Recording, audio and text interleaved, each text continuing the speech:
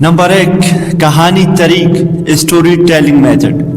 दोस्तों, इसमें बच्चों को कहानी सुनाकर मालूमात फराहम की जाती है जो बच्चों की नफ्सियात से हमांग होता है।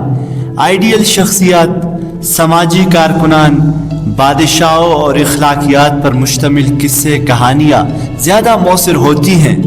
उसका बुनियादी मकसद बच्चों में तरगीब और शौक़ पैदा करना होता है। कहानियों के लिए ज़रूरी है कि बच्चों की कुव्वत फ़हम और ज़बान के मुताबिक लिखा जाए। दोस्तों, नंबर 2 पर है मतन तदरीस तरीक, जिसे अंग्रेज़ी में टेक्स्ट बुक मेथड कहा जाता है। इसमें असातिज़ा बुलंद आवाज़ से किताब के मतन को पढ़ते हैं और अहम पॉइंट की तशरीह करते हैं। इसमें तालिब इल्मों को भी मतन पढ़ने का मौका दिया जाता है।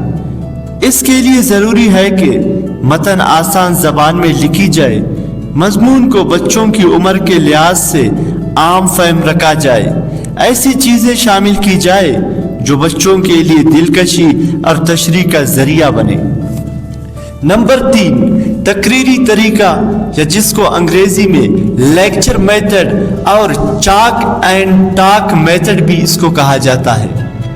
इस तरीके में असातिज़ा दरसगाह में ज़बानी तकरीर के ज़रिए मौजू पर सैर हासिल गुफ्तगू करते हैं, मिसाल देकर अनवान को समझाते हैं। असबाक को समझाने के लिए ये इंतहाई मौसर तरीका है। दोस्तों नाज़रीन, नंबर 4 पर है मुशाहिदती तरीका, जिसको अंग्रेज़ी में डिमॉन्स्ट्रेशन मेथड भी कहा जाता है।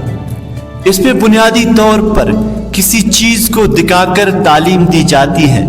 मिसाल के तौर पर दुनिया को समझाने के लिए ग्लोब या नक्शा दिखाया जाता है। साइंस और दीगर उलूम के लिए ये तरीका इंतहाई मुफीद है।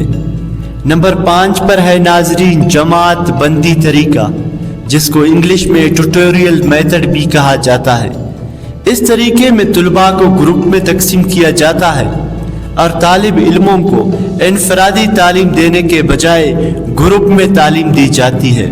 इसकी 2 मिसालें हैं नाज़रीन। एक है यकसा सलाहियत वाले तुलबा की जमायत, जिसे इंग्लिश में होमोजीनियस कहा जाता है। दूसरा है मुख्तलिफ सलाहियत वाले तुलबा की जमात, जिसको अंग्रेज़ी में हेट्रोजीनियस कहा जाता है। तुलबा की जब भी जमात बनाई जाएगी, हमेशा मुख्तलिफ सलाहियत वाले तुलबा की जमात बनाई जाएगी ताकि कमज़ोर तुलबा भी जमात में सीख सके।